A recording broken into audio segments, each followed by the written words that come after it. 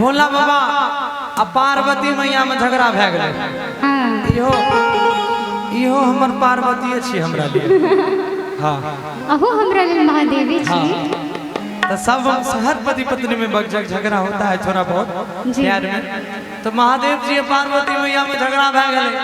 कारण पार्वती मैया सब दिन महल में रहल बेचारी, ऐस मौज में रहल। हालांकि वो भगवान के लिए तपस्या की थी मगर अमीर परिवार से थी। अब महादेव के कोई ठोर ठिकाना नहीं, वो कहाँ रहते कहाँ खैते कोई गारंटी नहीं। वो एकदम जोगी आदमी। बियाह भेले दोनों में करके अहाँ की सब खेबै। पार्वती जी एक नंबर से भांग तांग छोड़ कर मलाई खुआ सब लाइन कर दिलक। के ढेर दिन तू जंगल में रहलो, आप पार्वती के पति भेलो, आप मती ठीक कर निक चीज खा। कहे हम नहीं माने वाला छी तोरा कहला। तो कहे की खेबे यहाँ। तो बाबा बड़े सुंदर भाव में कहते हैं। फिर पार्वती मैया का जवाब है, कहे बाबा कि नहीं खाइब खुआ मेवा नहीं मिश्री मलाई, कि नहीं खाइब खुआ मेवा नहीं मिश्री मलाई। ये गौरा कि नहीं खाइब खुआ मेवा नहीं मिश्री मलाई, कि धैले बानी तनी गुड़ के लिया दाना। ए गणेश के मम्मी के ए गणेश के मम्मी का जल्दी से मेरा फरमाइश ला दीजिए, ना तो तब भाव चेंज हो जाएगा। भाव क्या हो जाएगा? क्या? ए गणेश के मौसी। नहीं। हाँ कहा भाई कि बस पाभर भांग खिया। सुनी कि राउर भांगिया बढ़े। अच्छा अब पीसत होला दे कि इतने भाव भर दिन पीसत हमर हाथ दुखा जाए, देह दुखा जाए। कते पीसत हम पिसा गेल छी। कि राउर भांगिया बढ़े आ पीसत होला दे, होला दुख मोरे दुख सहाय ना। सुनी ई गणेश के पापा कहना, ई गणेश के पापा हमसे भांग पिसाए ना।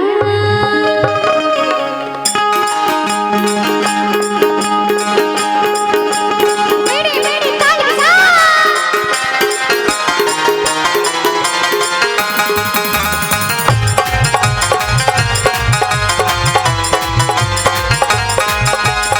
बोलो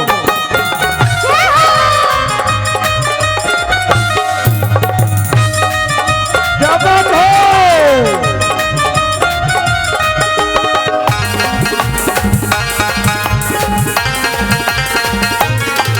नहीं खाइम खुआ में बना ही मिश्री मलाई,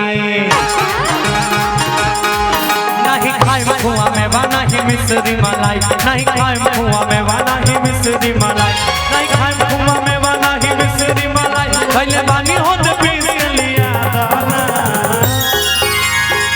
ए गणेश के मम्मी, गणेश के मम्मी बस पावर भांग खिया। गणेश के मम्मी बस पावर भांग खिया दाना। कि राउर भांगिया बढ़े पीसत होला दे, राउर भांगिया बढ़े पीसत होला दे, राउर भांगिया बढ़े पीसत होला दे, राउर भांगिया बढ़े पीसत होला दे, होला दुख मोरे दुख सहाय ना। अरे वसु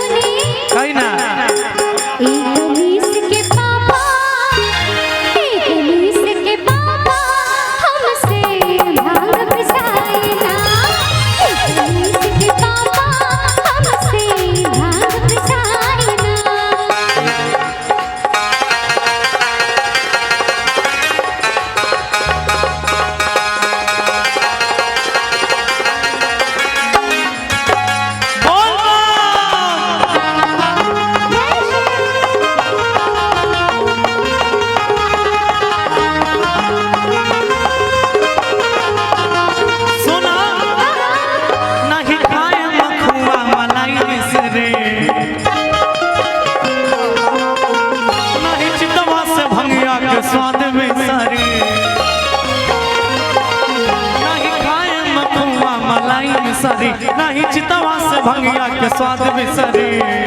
सुना मन बतिया हमारी न भावे जेबेला, मन बतिया हमारी न भावे जेबेला, हमरा सामने से जल्दी हटा।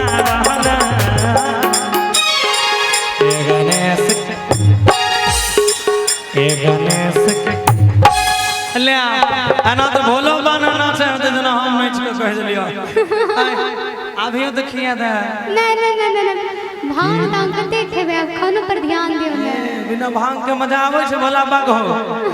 हां क्या बात वाह वाह वाह एक बार ताली बजा चाहिए छोटी सी हमारी प्यारी सी बहन के लिए जोरदार ताली हो कि ये गणेश के मम्मी, ये गणेश के मम्मी,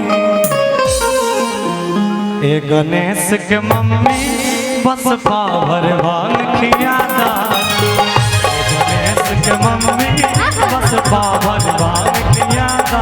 के और भांगिया भांगिर पिसे पिसे खोला दे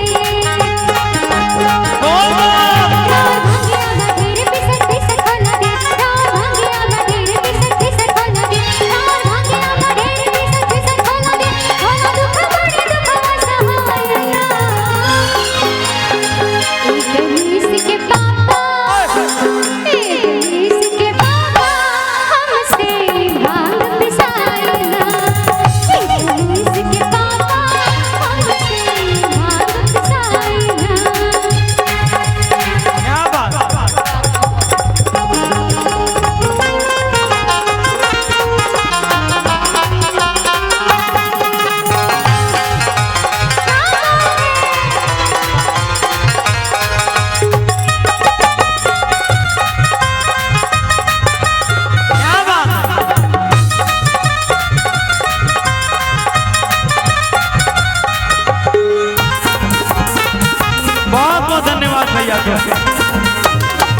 बोलो असुनी गौरव जी, आपका इजाजत हो तो कुछ नित्य भाव का भी मैं तो लेके आ जाऊँ।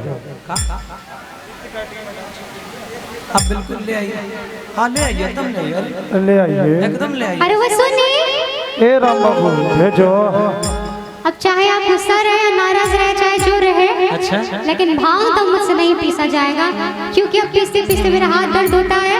आपको तो फर्क ही नहीं पड़ता है। ठीक है तो हंस भंगिया पिसाई ना गणेश के मम्मी तू नहीं हर जात बारू कि ना हमसे भंगिया पिसाई गणेश के पापा अच्छा कि नहीं हर जात बनी जाएंगे बाद में नहीं हर अभी जाएंगे। नहीं रुक जाइए पहले अभी ससुराल में ही रहते एक बार इनके लिए जोरदार ताली बजाइए आप लोग।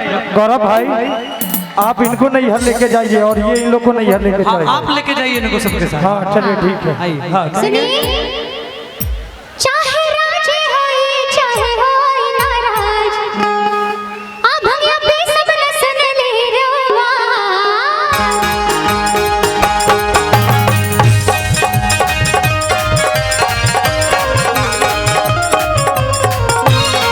चाहे राजे होई चाहे होई नाराज भंगिया पे सब न सुन ले रवा जी अब आप चाहे गुस्सा हो या चाहे नाराज हो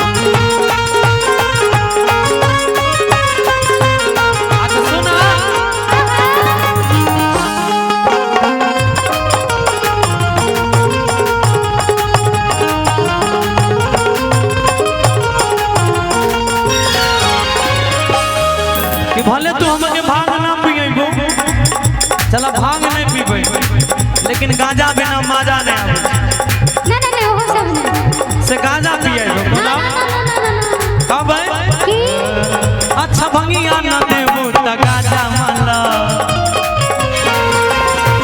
कम मेहनत के कम भाई जल्दी अल्लाह अच्छा भंगिया न देबू त गांजा माला कम मेहनत के कम भाई जल्दी कला हो जगह हम चिलम लेके आव मरी दो हो जगह हम चिलम लेके आव मरी दो बस 4 चिलम भर के पिया दाना गणेश के मम्मी गणेश के मम्मी छोरा भांग तू गाजा पिया दाना गणेश के मम्मी छोरा भांग तू गाजा पिया दाना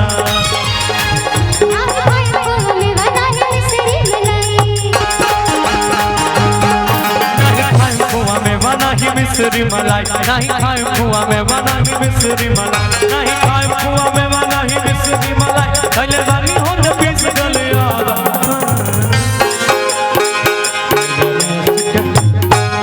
गणेश के बस पावर भांग में आ बस पावर भांग में आ